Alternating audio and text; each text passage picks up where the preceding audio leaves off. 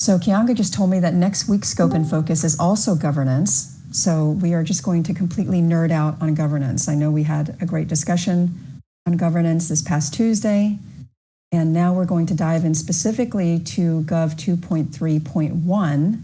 I thank you all, the aligned delegates, for chiming in with your analysis and your input. I'm going to spotlight some of these theories, especially what True Name put up on the forum. Super, super interesting. So before we get into it, welcome friends. Hopefully you see my screen. I'm using a new app, so if there's any bugs, I would appreciate it if you would call it out in the text channel. One of the things that I took away from the AVC retrospective post that Blue put up on the forum was that there is a general problem concerning the legibility of what goes on with AVC meetings. So Keksher, I know, is in the room right now and hopefully recording. Thank you, Keksher, for doing that. And I realize that it is still somewhat of an uphill battle to expect people to sit through an entire video to get the general gist of what was discussed. So I am using a new application here to hopefully, at least when I'm hosting, to make slides. So these will be a much quicker way for someone to jump in versus seeing the actual video recording. They just scan the slides, they pick out the sort of the information or the general themes and see then if it's something truly interesting, then they can dig into the video and get more information. So please do let me know if the slides, you have any problems seeing the slides or anything like that. Okay, so Kianga, please let me know if you want to say any introductory comments. Otherwise, I'm going to jump right in, my friend.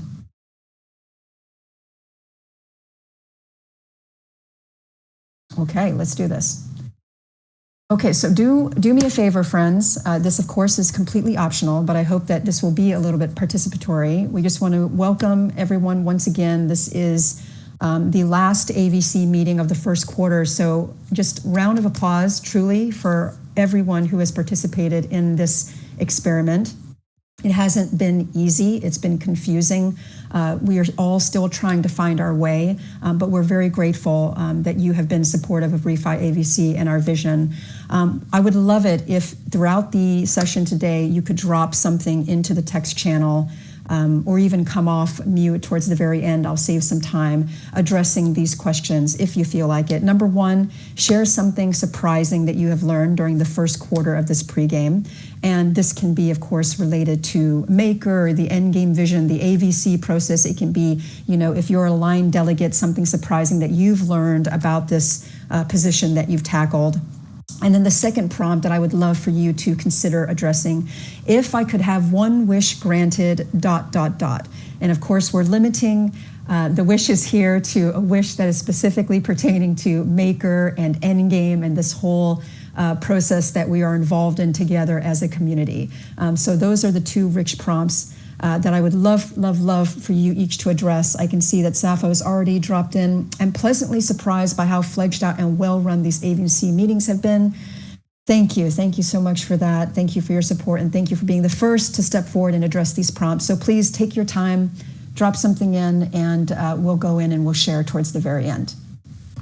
Okay, second huge announcement, Refi AVC position documents published to the forum. Thank you, Kianga. Thank you for getting those logistics done. If you have any comments, if you have any questions, we are completely welcoming of them. Again, drop that in the text channel. I will reserve some time towards the very end, or we can continue the conversation in Discord or on the forum. But again, welcome any comments or questions.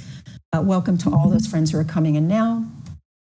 Okay, so let's dive into the pertinent section here that we're all sort of scratching our heads over. So this is Atlas MIP 101 Gov 2.3.1. So GM Chris, welcome. Before I jump into this, I just want to make clear that we are kind of talking about two things, and let's keep them, let's have a distinction in mind, although when we have a discussion, it may not be so easy for us to keep these two things separate.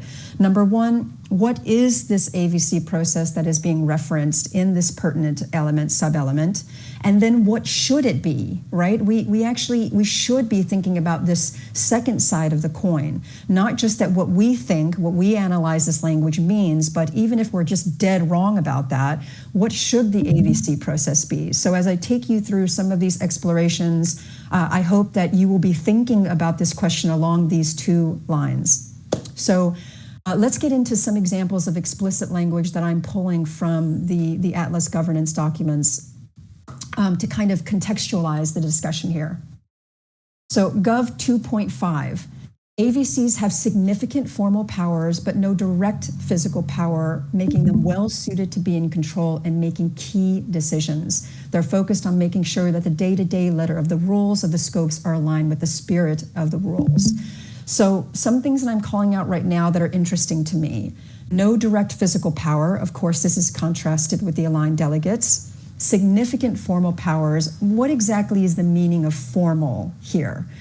I'm curious about this, and when I looked at the dictionary, I found many possibilities relating to the outward form and the structure of elements rather than the content, according with established custom or rule, done in due or lawful form, having the appearance without the substance. I think you could argue for formal meaning any one of these interpretations, and again, this is sort of the juicy, nerdy governance aspect of what we're doing here with AVC, and also the aligned delegates, is how actually are we interpreting this? Again, what is the interpretation, and then what should it be? And what should it be, of course, is always going to be constrained and guided by universal alignment and the spirit of the rules, at least for the AVCs, and for the aligned delegates too, in fact.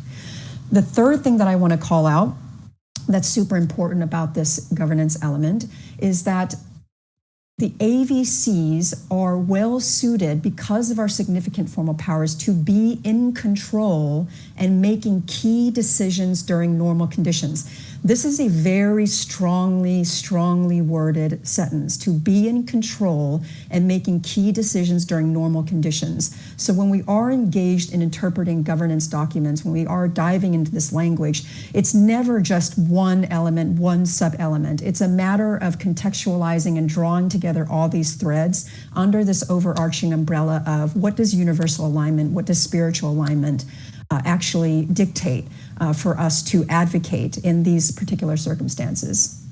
So now we come down to Atlas definitions, AVCs. Stewards of the spirit of the rules, prioritize responding proactively to any evidence or allegation that letter of the rules are being introduced or used in ways misaligned with the spirit.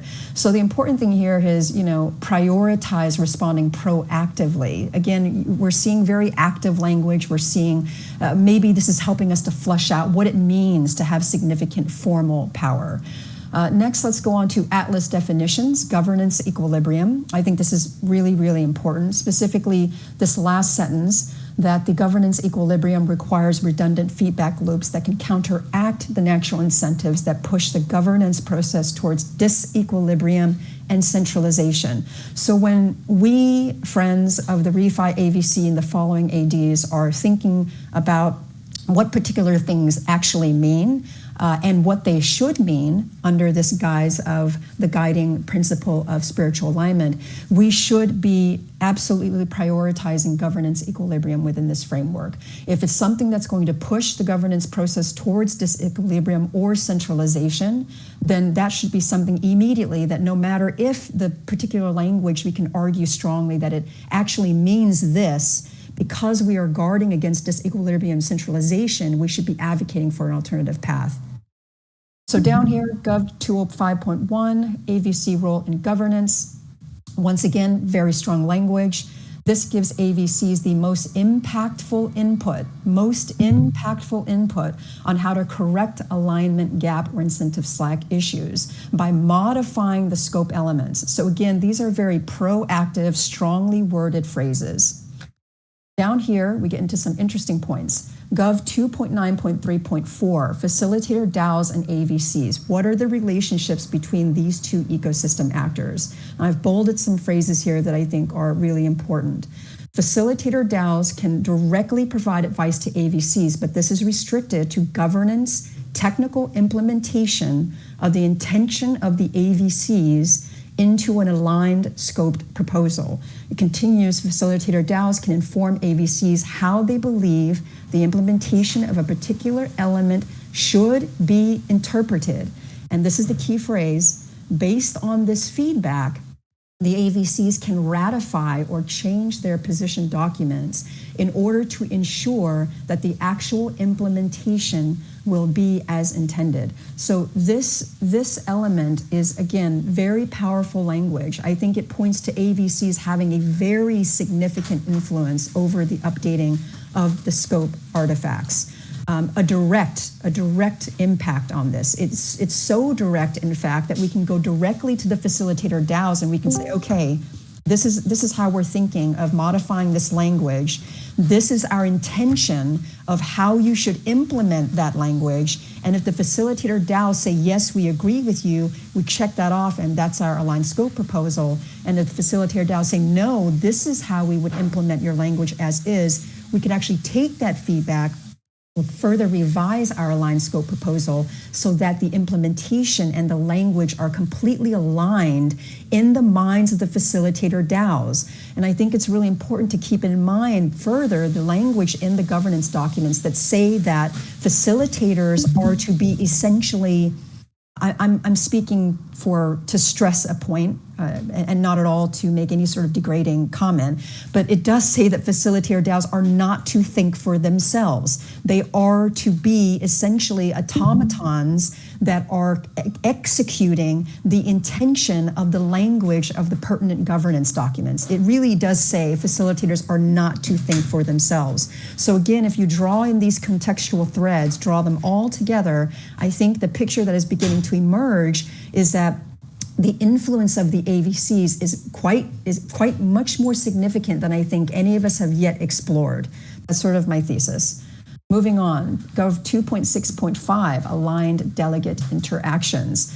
This, I think, is quite important. I'm pointing this out not necessarily because it's squarely on the nose of what we are discussing, but because, again, I think we are in danger of missing some of the nuance of this. So it says aligned delegate interactions. They're not engaged. They're not allowed generally to engage directly with ecosystem actors and other counterparties. Additionally, but it goes on to say, additionally, they must publicly provide governance information and research material to AVCs and can interact with ecosystem participants for this purpose. So what I think is being understressed is, and I think this is unfortunate. I can understand why this is sort of the feeling that the tenor that I'm getting.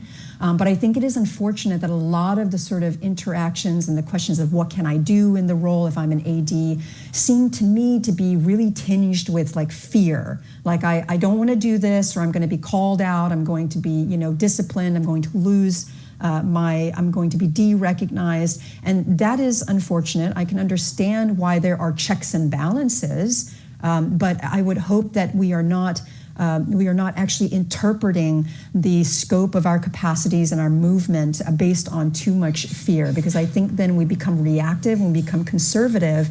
And I think something that is explicitly provided for in the Atlas, in the governance language, is that all the ecosystem actors ought to be collaborating and pushing in the directions that they individually feel passionate about. And only in that way can we collectively get to a point of universal alignment. So if we are interpreting the governance language in any way that sort of constrains us under this big cloud of fear, like I don't want to do this, I don't want to be putting myself at risk in this way, so I'm not going to actually capitalize or optimize on the power and the freedom of the movement that the governance documents actually give me, then I think the entire ecosystem sort of misses out. So again, just keeping in mind that I'm saying this particularly because I'm noticing that aligned delegates are coming back when we have questions, and I find it very valuable in certain instances with their own personal interpretation of what this means and how this should be done. But I think one resource that we're not really optimizing at this point is that under the governance language, literally, I believe aligned delegates have the power to go directly to facilitators. voters. Now, maybe right now, this would not be something that is, advisable. Everyone's busy. Everyone is completely strained in a million different directions. But certainly going forward, and again, I'm open to commentary here, I think that this is something we ought to be leaning forward into much, much more. Not just aligned delegates guessing, but aligned delegates acting in their role of being the closest to the actual governance, to the actual processes, that they can actually go and tap on the shoulder of facilitators or facilitator DAO and say, how do you advise as to this? What is your interpretation of this? Because then I think we're going to get caught increasingly in a game of telephone guessing games, and these things are going to be less and less fruitful as we go on. And this is all to kind of hold up the key objective of AVCs, which I have here, my friends, which is AVCs are to act as a reliable, aligned source of opinions about which decisions are in maker holders' interests, and we are to enfranchise maker voters. So if we're really going to give this teeth, our objective goal of enfranchising maker voters, then the integrity of the knowledge and research gathering process is key. And this is why I'm pointing out that aligned delegates actually have a lot of freedom of movement. And to date, I'm seeing a lot of sort of skepticism or perhaps apprehension in how that's coming about. And we can talk about this further because I think it's a legitimate point of discussion. Okay. Just really checking very quickly a text channel, my friends.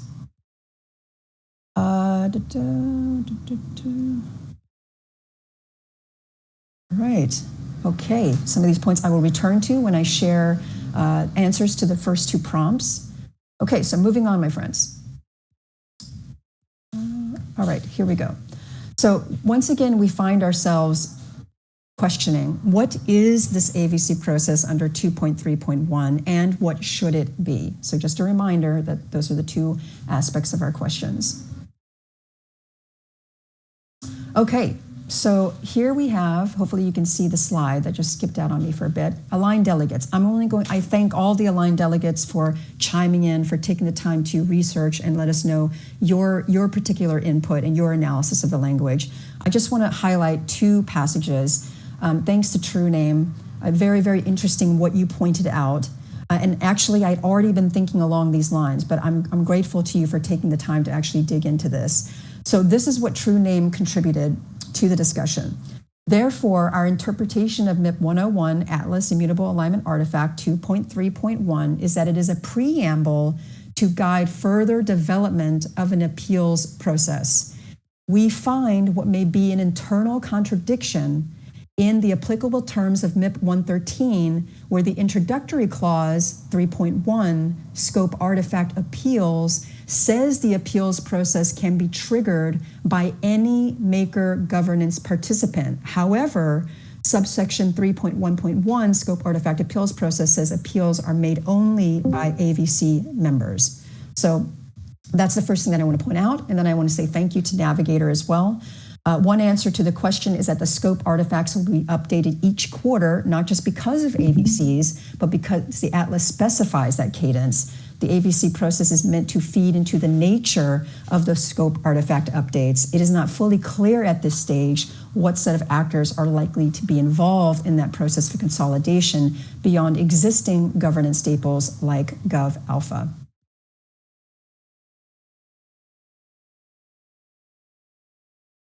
Okay, so here I'm going to get into the nitty-gritty. And TrueName, I have to say that I disagree with your interpretation, but again, I'm grateful for it, and I'm very, very open to being challenged on this, and we're all hopefully governance nerds here, so would love to just generate a conversation about this. So I'm looking at this idea of scope improvement, which we find in the Atlas. We also find this obviously in the governance scope, the mutable governance scope, as well as the immutable Atlas. And then the scope appeals process, which is only tangentially referenced in the Atlas and gone into detail in the May 31st amendments to the governance scope. So let's get into this. So Gov 3. Scope bounded mutable alignment artifacts. Now here I am integrating the current Atlas and the May 31st amendments to the governance scope artifact. So just again, keep that in mind that these were amendments. These two, 3.1 and 3.1.1, are amendments that were posted to the forum 531. So under 3.1, it says scope artifact appeals are a process that allows any maker governance to participate to trigger a review of a scope artifact. Any maker governance participant. Now under that, the sub-element says scope artifact appeals processes are submitted by AVC members and can be accepted or rejected by a majority of the governance facilitators. So just on this first sentence alone, I think you cannot conflate the two. I think you cannot conflate the AVC improvement process of 2.3.1 with the artifact appeals process, because this sort of situation where it says an appeals process is first submitted and then can be accepted or rejected is nowhere seen in any other language pertaining to the AVCs and the process as of coming up with aligned scope proposals. This sort of language is nowhere to be seen with that. And in fact, it makes the AVC improvement process indirect and contingent on a centralized power, which is the facilitator DAOs. And there's no question that they would be, if they had the power to accept or reject our alignment scope proposals, then that would be, I think, taking us in the direction of disequilibrium and centralization of power. So just on that first sentence alone, I think that I can't agree with True Name that the AVC improvement process is supposed to be subsumed under this appeals process, but I'll continue.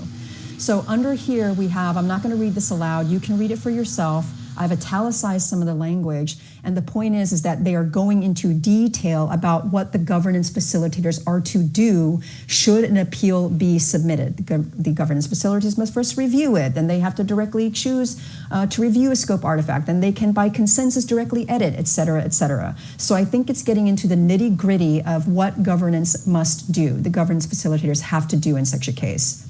So this is where I think the strongest evidence exists that the 2.3.1 is a completely distinct thing from what we see in the 531 amendments that pertain to the scope artifacts appeals process.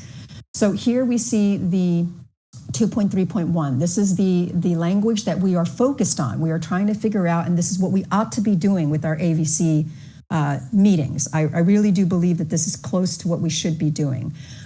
We should be hashing things out, talking about confusion, talking about theories, pulling together the relevant language, the relevant context, and again, using these AVC meetings as an opportunity to align on what will become the output at the end of the quarter. So this is the language that we are scratching our heads about. Now further down here, my friends, now keep in mind this 2.3.1. This is in the MIP 101. This is in the Atlas Immutable artifact. So here they are pointing out that the scopes are updated on a quarterly basis through the AVC process. Now, completely distinct from that is this sub-element. The article must contain a process for ecosystem participants to petition for an appeal where they believe a scope is misaligned, and the process for the governance scope to accept and process appeals. I think that the 531 amendments to the governance immutable scope pertain to this and this. It pertains to the process for ecosystem participants to petition for an appeal, and it goes into detail, remember my italicized language, that the process for the governance scope has to be set out. I think that this is what it pertains to, and I think these two things are completely distinct. So remember the language of 531 amendment, scope artifacts appeals process, a process that allows any maker governance participant to trigger a review. And here we have under 2.3.4 of the Atlas, a process for ecosystem participants to petition for an appeal. So again, I would say the language is definitely corroborating. It's sort of cross-corroborating. It makes sense. Any maker governance, ecosystem participants, et cetera, et cetera. So that is sort of my reading. I'm going to stop again and just say, what do we have here? True Name is giving thumbs up, not subsume. We do agree there's a general improvement process, and the clause you focus on is aligned with that, but that technically in the drafting it is pointing to a specific thing. Of course, we are to some extent reading the mind of the author for what was intended. That is true.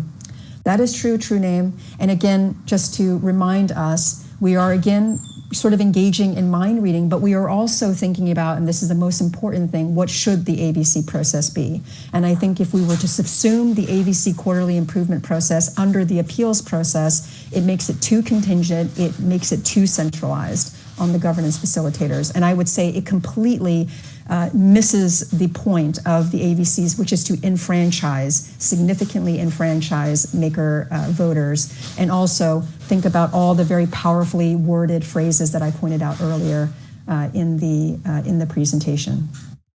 So, going to go very quickly into a Miro board that I made, and once again, I'm going to be making these artifacts to help me think through things. Hopefully, friends, you were able to attend. I believe it was the second to the last meeting.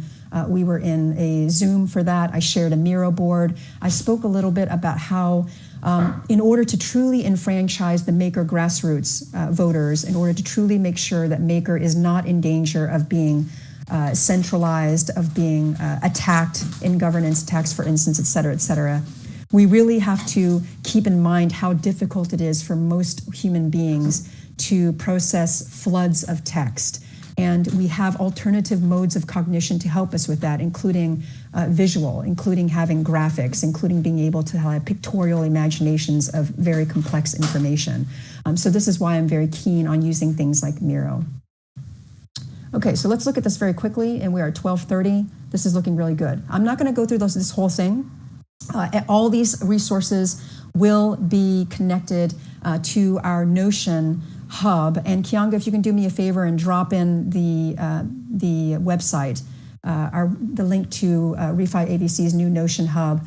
This is where we're going to keep all of the resources, and this is open to everyone, Refi AVC members as well as aligned delegates. And you don't have to be following Refi AVC to be able to participate and to be able to dig into these resources. We want them to be of benefit for the entire ecosystem. So I've done flow charts of what I believe are two completely separate processes here. AVC scope improvement article process, and mapped it all out. And this is the question right here, right? How do we get from the AVC scope proposals to the Maker governance vote? Open question. And then I have a completely different set of flow charts for scope artifact appeals and revisions to scopes. Now, this is actually really, really interesting. If you go up here, my friends, I'm going to point out that the governance facilitators have incredible amount of power and autonomy to directly edit Atlas and scope artifacts. They are constrained by this latter phrase right here, when this relates to unintended consequences or mistakes in the affected documents, which is quite broad. You can argue, I would say, in most instances that this applies, then they are empowered to use broad judgment to make direct Atlas interpretations and edits to the Atlas and scope artifacts. So keep that in mind, that there's definitely an overlap between what AVCs can do with their quarterly improvement process and what the governance facilitators, they happen to have the strongest capability to dive right in and to actually edit directly any Atlas scope artifact. So under here, I'm going to point out all the different pathways that we have for actually revising and updating the scopes. There are many. So under scopes bootstrapping Gov 12, we see that Gov facilitators may propose the edit of any content of the Atlas and the artifact. These are the relevant elements. And then, of course, it's sent to Maker governance. Down here, we have Atlas interpretation, generally Gov 2. Majority of Gov facilitators can trigger a vote to add new content resolving Atlas ambiguity. So it's Atlas ambiguity, that's the pertinent phrase there. And again, that's sent to Maker governance. Here we have scope artifact appeals, which, as I said, my position on this is that it's completely separate from 2.3.1. Any Maker governance participant can trigger a review of the artifact. And here we see that AVCs submit the appeal proposal. Now, again, unlike true name, I don't necessarily think that it's a contradiction. I think that it's just not explicitly laid out that although any Maker governance participant can trigger a review of the artifact, they have to do so through the vessel of an AVC. So if I am a Maker token holder and I, for some reason, am unhappy about an artifact, I first have to go through an AVC, hopefully one that I'm aligned with culturally, ethically, values-wise, et cetera, and then I requested that AVC actually submit an appeal proposal. That's my reading of it. And here, the majority of the Gov facilitators vote to accept or reject, and if it is, the appeal is accepted, governance facilitators must review the scope, although very important sub-element here, governance facilitators may directly review an artifact without the device of triggering an appeal proposal.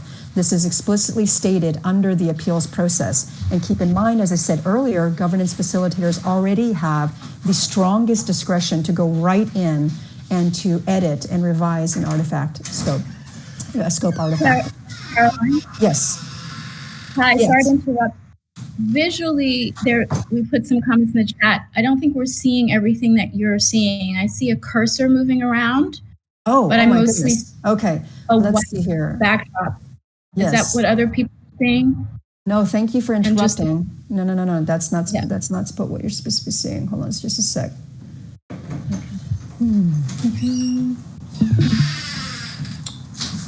Okay. Sorry about that. You see that? Yes, it looks good. Okay. Maybe if you could just backtrack a little. Yeah, sure. Okay, sorry it took us so long. No. And this is why I said, if you ever experience any problems with my slides, please call it out, because I'm just having so much fun and going on and everyone's in the dark. All right, thanks, Navigator. Thanks, Kianga. Okay, here we go. So again, I'm separating the scope improvement articles, the AVC process in quotes, from the scope artifact appeals and the general powers to revise the scopes that are given to the governance facilitators. And as I said earlier, the governance facilitators are deeply empowered. They have the most discretion. They can literally go in and make direct Atlas interpretations and edits when it relates to unintended consequences or mistakes in the affected documents. And again, I think you can argue that that's a very broad qualifier. So here, I'm going to go through once again, I'm going to show you all the different avenues that there are to revise the scopes, of which the AVC quarterly improvement process is just one. So this is sort of a counter to anyone saying, oh my goodness, if AVCs can have so much influence over this, whatever are we to do? What if an AVC is captured? Well, we don't need to worry about that because actually the scopes and the artifacts are revisable through many, many avenues. So first, scopes bootstrapping, Gov 12. I just spoke about that. Gov facilitators may propose the edit of any content of the atlas or the artifact, and this goes to a maker governance poll. Number 2, atlas interpretation, Gov 2. Here, a majority of Gov facilitators can trigger a vote to add new content if it is resolving atlas ambiguity, and that goes to a governance poll. The third avenue is the scope artifact appeals process. This is Gov 3, and it says any maker governance participant can trigger a review of the artifact. And following on from that, the AVCs submit the appeal proposal. Now, as I said earlier, TrueName pointed this out as a contradiction. I think it's just something implicit that wasn't made explicit. If you are a maker governance participant, say you're a token holder, you will have to go through an AVC to actually have the AVC submit an appeal proposal. And this makes sense, right? An AVC is supposed to be the portal, the actual enabler of enfranchising maker holders. So it makes sense that a maker holder would have to go into the AVC ecosystem, choose an AVC that they are aligned with, and then initiate that process.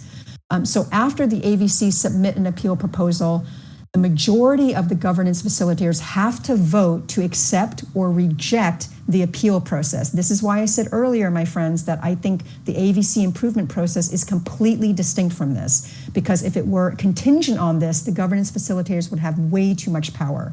So here, the Gov facilitators say yes, they accept the appeal, or no. If they say yes, then the governance facilitators have to review the scope. Now here, there's a little bit of an addendum which I think is important. It says the governance facilitators may directly review the artifact without the device of an appeal proposal whatsoever. So again, this is further strengthening what we saw earlier, that the governance facilitators have the deepest power when it comes to unilaterally going in and changing the atlas or a scope artifact element. Governance facilitators then have to find consensus to directly edit the artifact. There's no more indication about what that means. Is that kind of absolute universal alignment? Is this majority consensus? No one knows. After the governance facilitators directly edit the artifact, then a majority of the responsible facilitators can trigger the maker governance poll. So in other words, by this, I'm reading that if it has to do with protocol element, if it has to do with a stability element, then after the governance facilitators directly edit the artifact, the responsible scope facilitators can then come in and can then trigger the maker governance poll. I'm assuming that there would be obviously some back and forth here, but once again, you can see the governance facilitators have an incredible amount of influence over how this language is appealed and actually revised. So down here we have the last avenue through which scope's language can be revised, and that is simply through the scope facilitators and what is called advisory input. Every single one of the mutable scopes have a provision under the advisory council article that all facilitators may produce advisory input on the content of the scope, all of them. And this is restricted to improving the process and the governance content of the scope. So this is an important restriction, and they are further prohibited from giving unilateral input on expert subject matter content. So if you took a look at ReFi AVC's position document for the aligned scope proposal, you'll see that we are really bringing together the two parties, the two ecosystem parties that have the most contextual and relevant domain knowledge, which is the advisory council members, because they have the expert subject matter content, but then it's the facilitators, the relevant facilitators who have the expertise at this point in the process and the governance content of the scope. So this makes sense. This is really, really super aligned. Now, from this point of all facilitators having the ability to produce advisory input, this can go in three separate directions. Now, from my reading above, from what you saw here of this process, right, this process up here of the scope artifact appeals process, something that a facilitator can do, a scope, let's say a stability scope facilitator, they think that something should be changed. They are empowered to produce advisory input on the content of their scope. All they have to do is go to a Gov facilitator and kick off that process, because clearly the Gov facilitators are empowered without any appeal whatsoever to go in and change things on their own accord as well.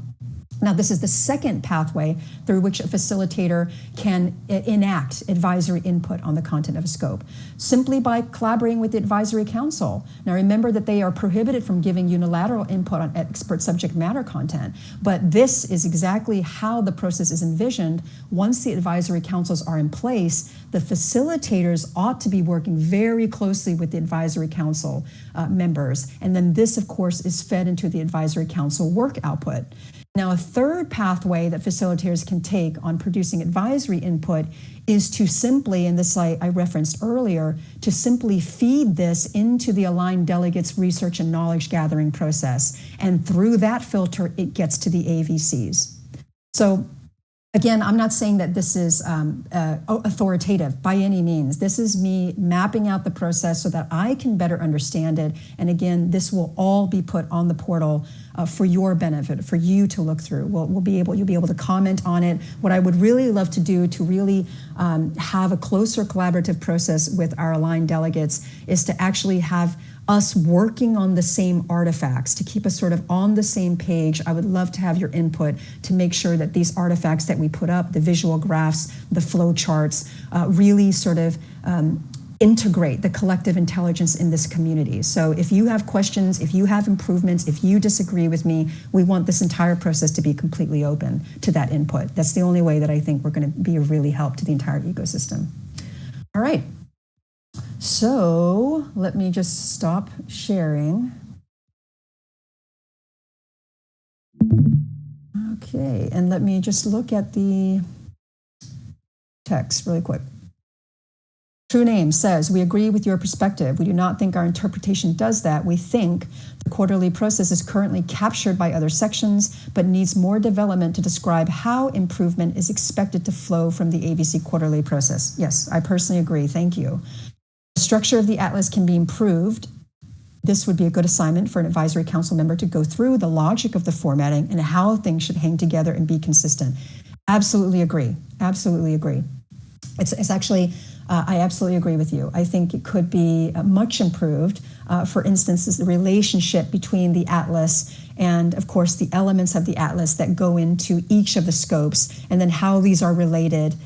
Do they actually correlate exactly with a provision? Do they have a twin provision, for instance, in the mutable scope protocols that actually flesh out the direction that is given in the atlas? If that was made explicit through structure and through language, that would be very helpful. So I agree.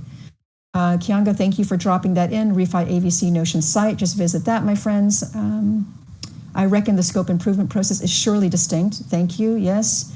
PB, when I read it, I understood that appeal process is available for any ecosystem participant to point out when it considers a scope rule is evidently misaligned with the atlas. This is different than AVC's aligned scope proposals that are improvements for scopes, but not seek to find and change misaligned rules, but could though. So thank you, PB, thank you for that. And I think the "but could though" phrase is really important because if you remember at the very beginning of the presentation, what I pointed out about us being AVCs, being stewards of the spirit of the rules, proactively acting, this is all in the language, to correct and to address misalignment, slack incentive, et cetera, et cetera. So I think you're right. The but could though is really, really important. Okay. True name, yes, that makes sense. Very cool chart. Thank you, PB. Vote Wizard. Vote Wizard, thank you, my friend. I've noticed that many delegates are not engaging in debates or answering questions.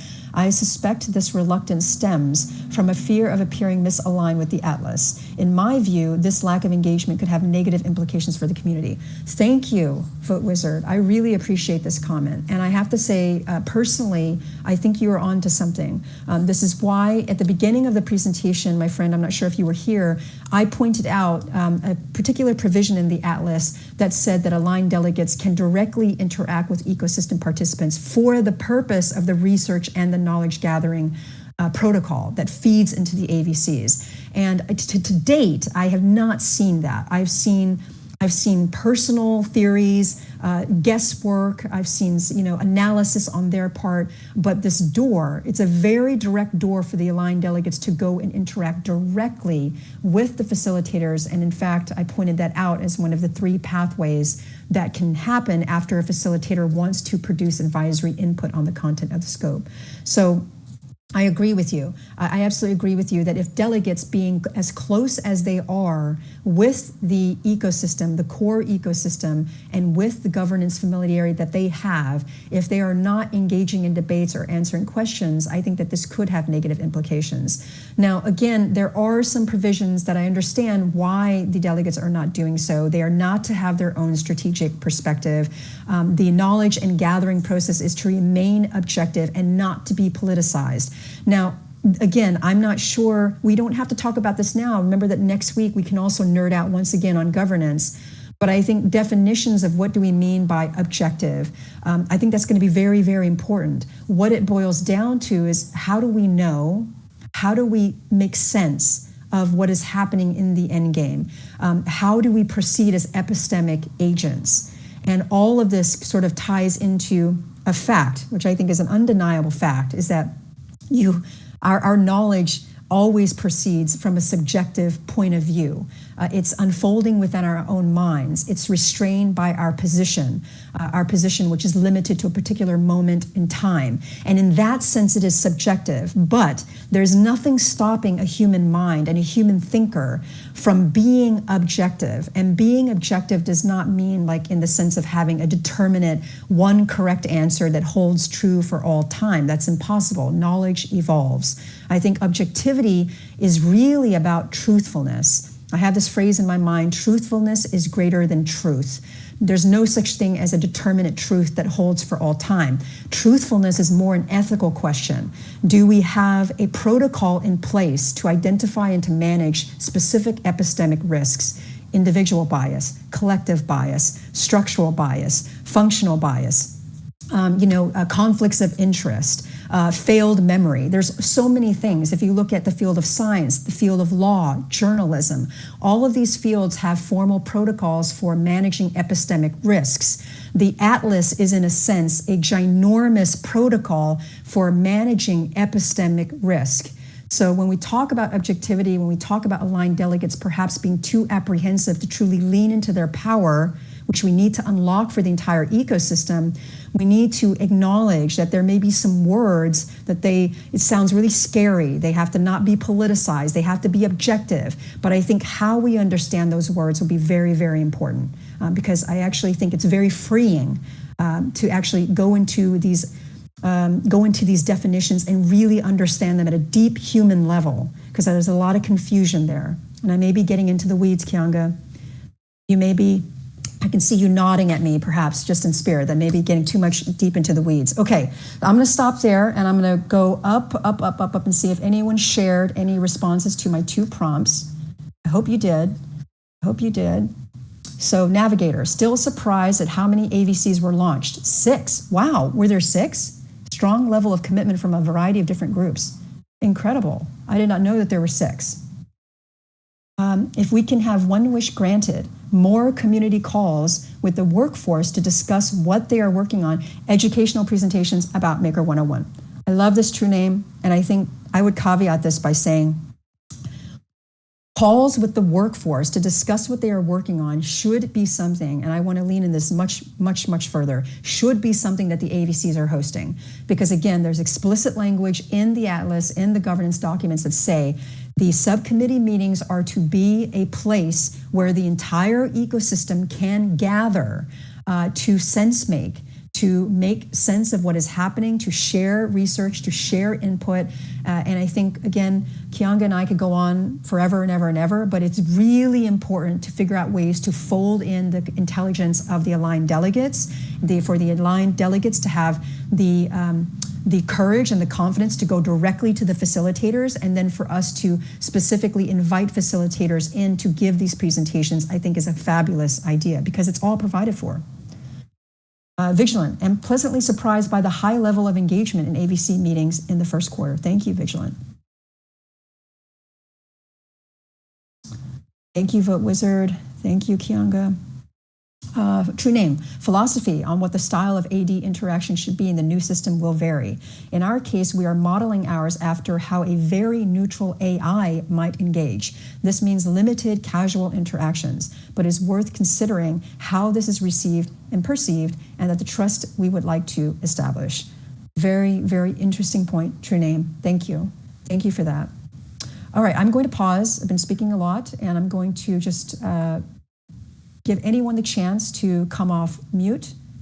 Any questions? And perhaps if you don't want to come off mute, I'll just pause to see if anything is typed into the text channel.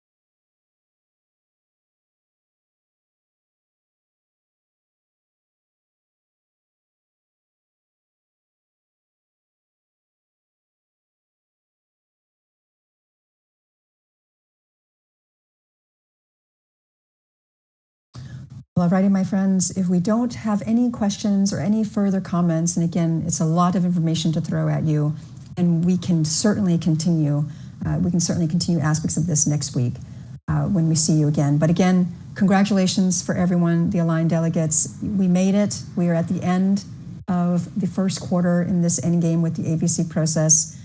Very, very stoked to be doing this all with you. Have a wonderful rest of the week, and then we will see you. And don't forget, next week, is that right, Kianga? Next week is not Tuesday, it's Wednesday. We're meeting Wednesday at noon.